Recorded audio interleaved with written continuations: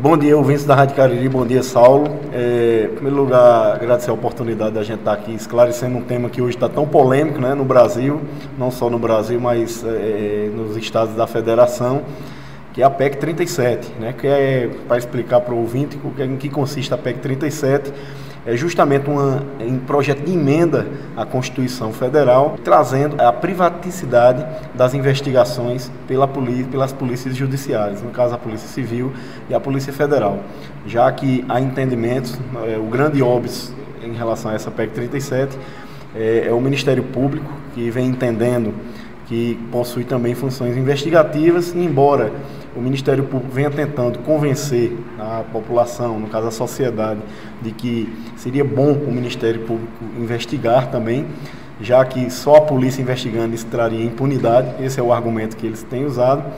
A gente tem que compreender que no Estado Democrático de Direito, cada entidade tem sua função específica. No caso, a investigação ela compete privativamente às polícias. E não seria demais afirmar que outro órgão, como o Ministério Público, começar a investigar, isso traria grande insegurança jurídica para a sociedade, já que a investigação do Ministério Público ela não seria pautada pela lei como é pautada a investigação pela polícia.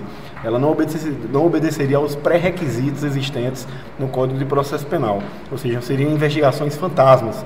A segurança que o cidadão tem hoje com a polícia investigando é de que ele saberá se está sendo investigado e por que está sendo investigado. Ao passo que no Ministério Público esse projeto correria totalmente sem controle, já que não há uma previsão de controle para o próprio Ministério Público, já que ele é o Ministério Público exerce o controle externo da atividade policial.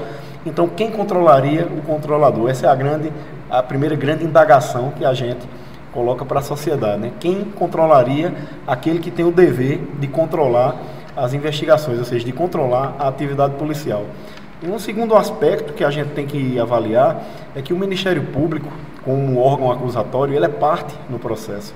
A partir do momento que uma das partes do processo possui o poder investigativo, ela naturalmente vai estar levando uma vantagem na demanda processual em relação à defesa. E isso aí atacaria frontalmente o princípio da ampla defesa, através de um princípio que decorre daí, chamado também princípio da paridade de armas, ou seja, a defesa e a acusação, elas têm que estar em igualdade de condições perante o judiciário.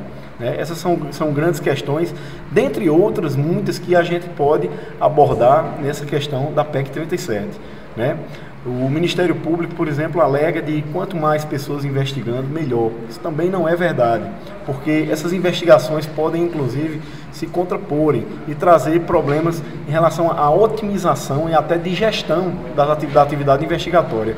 Você imagine situações em que o mesmo caso está sendo investigado pelas polícias, pelo Ministério Público, por outros órgãos, em que poderia acontecer isso aí. Na verdade, isso poderia causar um tumulto muito grande na investigação, tanto na vida do investigado, como também no próprio trabalho de investigação, sem contar o gasto público que isso ia gerar. Imagine você 3, 4 órgãos sendo pagos, demandando gastos, despesas públicas para estar realizando o mesmo serviço, quando, na verdade, o que deveria acontecer é o que está acontecendo, por exemplo, hoje com as polícias judiciárias e a polícia militar. Na verdade, uma otimização, uma integração, cada um com suas atribuições, cumprindo com suas atribuições e cooperando uma com a outra. É isso que a gente queria e esperava, e espera, pelo menos, do Ministério Público, já que nem todos os membros do Ministério Público são favoráveis à questão da investigação ministerial.